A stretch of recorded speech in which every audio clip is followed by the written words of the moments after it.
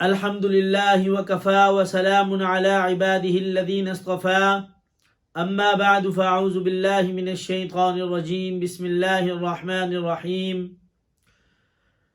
قال رسول الله صلى الله عليه وسلم عن عبادة بن الصامت أن رسول الله صلى الله عليه وسلم قال يوم وحذرنا رمضان أتاكم رمضان شهر بركة يغشاكم الله فيه فينزل الرحمة ويحط الخطايا ويستجيب فيه الدعاء ينظر الله تعالى إلى تنافسكم فيه ويباهي بكم ملائكته فأروا الله من أنفسكم خيرا فإن الشقي من حرم فيه رحمة الله عز وجل۔ حضرت عبادہ رضی اللہ تعالیٰ عنہ فرماتے ہیں کہ ایک مرتبہ حضور صلی اللہ علیہ وسلم نے رمضان المبارک کے قریب ارشاد فرمایا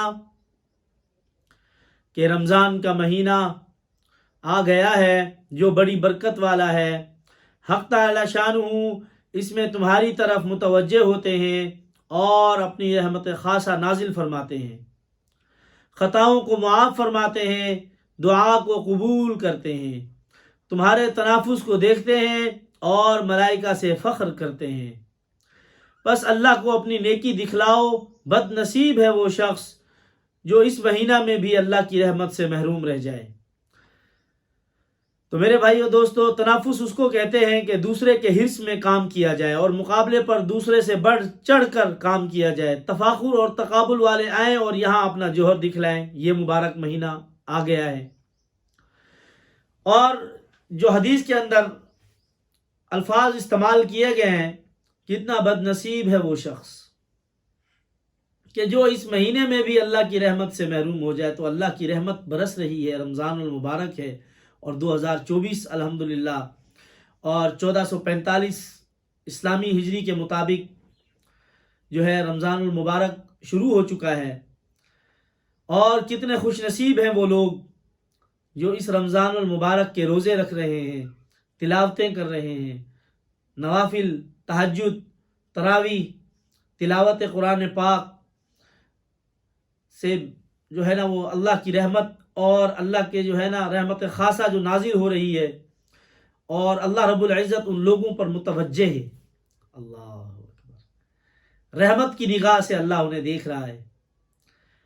کتنی خوش نصیبی کی بات ہے۔ اگر ایک دنیاوی مثال لے لیں کہ دنیا کا کوئی بڑا آدمی اگر کسی انسان کے اوپر توجہ دے، غور کرے، تو وہ اس کے وارے کے نہارے ہو گئے، اور ادھر اللہ رب العزت رمضان المبارک کے اس مبارک مہینے کے اندر خاص توجہ دے رہے ہیں، خاص اللہ رب العزت کی رحمت نازل ہو رہی ہے، جو اس مہینے کو برکت والا مہینہ اس حدیث کے اندر میں بتایا جا رہا ہے۔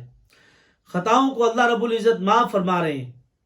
حضرت علامہ شیخ برہانی مدظ اللہ العالی میرے والد محترم فرماتے ہیں، اے بندہ خدا، رحمت خدا تجھ سے صرف اتنا ہی مطالبہ کرتی ہے کہ تو کہہ دے خطا ہو گئی، غلطی ہو گئی، بس اللہ سے اپنے گناہوں کی معافی مانگ لو۔ اور بے شک انسان کمزور ہے، لیکن آج ہم دیکھیں کہ ہم کیا کر رہے ہیں۔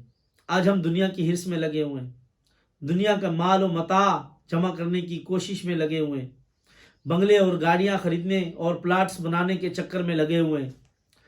دنیاوی حرص آج ہمارے اندر اتنا بڑھ چکا ہے کہ ہم آخرت کے حرص کو بھول گئے، اور دنیاوی حرص کے اندر اتنا زیادہ مگن ہو گئے کہ آج ہمیں جنت کی نعمتیں نظر ہی نہیں آتی، بس دنیا ہی دنیا نظر آ رہی ہے۔ تو دیکھ لیں کہ آج ہم کس طرف جا رہے ہیں۔ بے شک نیک لوگ آرام میں ہوں گے اور ہر قسم کی نعمتوں سے سرفراز ہوں گے، اور سونے کے جڑوا تختوں پر بیٹھ کر جنت کی بہاریں اور وہاں کے نظارے بلا تکلف اپنی جگہ سے دیکھیں گے، اور ان کے چہروں پر انعام اور راحتوں کے باعث خاص قسم کی تر و تازگی ہوگی۔ ان کو پینے کے لیے مشک و خاص مہر کی ہوئی سیل کی ہوئی شراب ملے گی، تاکہ اس مشک کی خوشبو اس شراب میں بس جائے اور پینے والے کے دماغ کو خوش اور معطر کر دے، اور اگر اس میں ملانے کو جی چاہے تو سوڈا نہیں بلکہ تسنیم کی آمیزش کی جائے گی، اور تسنیم جنت کا ایک خاص چشمہ ہے جس کی خالص شراب اللہ کے خالص اور الخاص بندوں کو ہی دی جائے گی۔ تو دیکھ لیں میرے بھائیوں، تو اللہ رب العزت اپنے بندوں پر متوجہ ہو رہا ہے رمضان المبارک کے اس مبارک مہینے کے اندر، اور کتنا خوش نصیب ہے وہ انسان جو اللہ کی اس رحمت سے اور جو اللہ کی اس توجہ سے جو اس مبارک مہینے کے اندر، اور سب سے بڑی بات کہ ملائکہ سے فخر کرتے ہیں۔ کون؟ اللہ رب العزت، تمہارے حرص کو دیکھ کر۔ لیکن آج ہمارا حرص کیا آخرت کے لیے ہے؟ کیا ہم، اگر ایک آدمی 10 نوافل پڑھ رہا ہے تو کیا ہم 20 نوافل پڑھ رہے ہیں؟ اگر ایک آدمی 10 قرآن پاک کے سپارے پڑھ رہا ہے تو کیا ہم 20 پڑھ رہے ہیں؟ کیا آج ہمارا حصہ دنیاوی ہے یا آخرت کا؟ ہم سوچیں، اس بات کو اپنے ذہن میں دہرائیں، اپنے دل میں سوچیں، ذہن میں سوچیں کہ ہم کیا کر رہے ہیں، ہم کہاں جا رہے ہیں؟ کیا ہم اللہ کو راضی کر رہے ہیں؟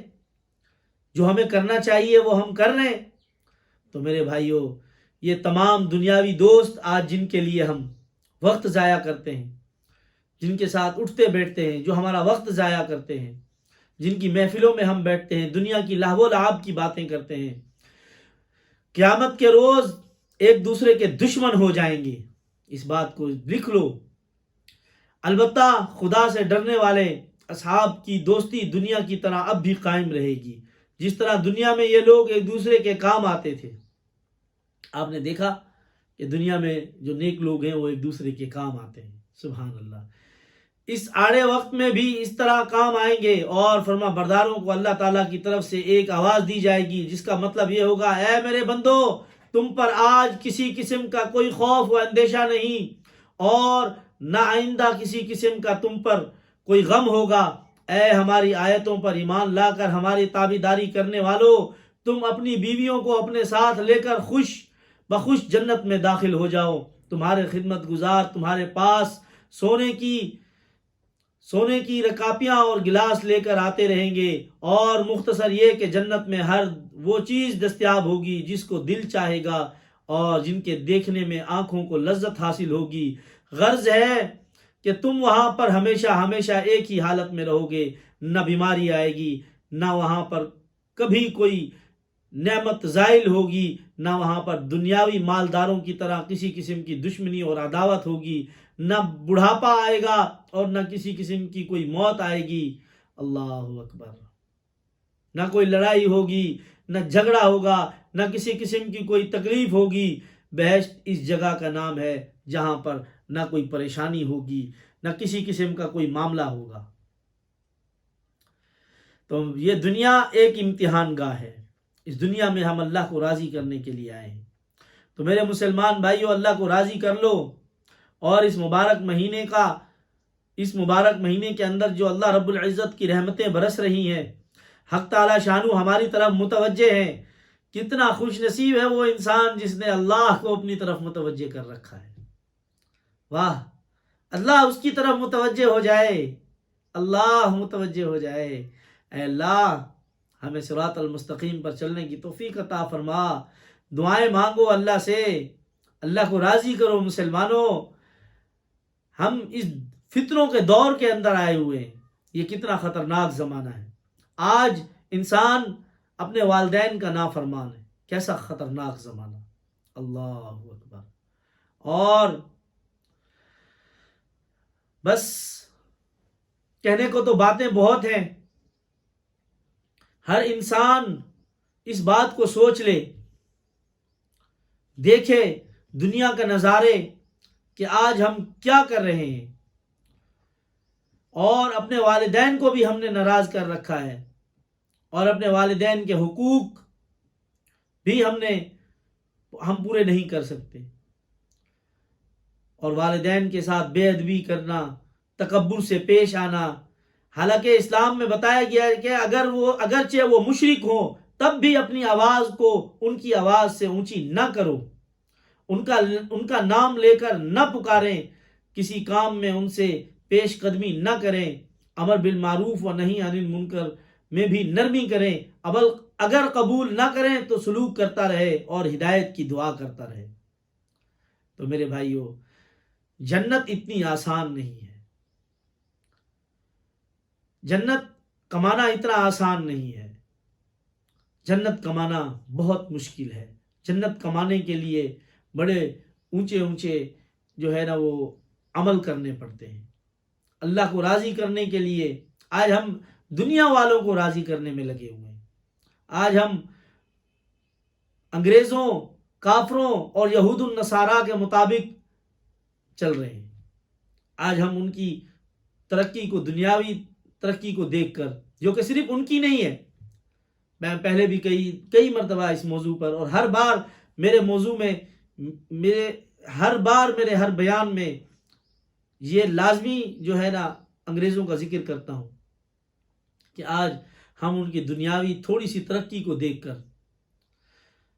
اور جو ہے لالچ میں پڑ گئے، دنیا کی لالچ میں۔ ارے ہرس کرتے ہو مسلمانوں تو نیک کاموں میں کیوں نہیں کرتے؟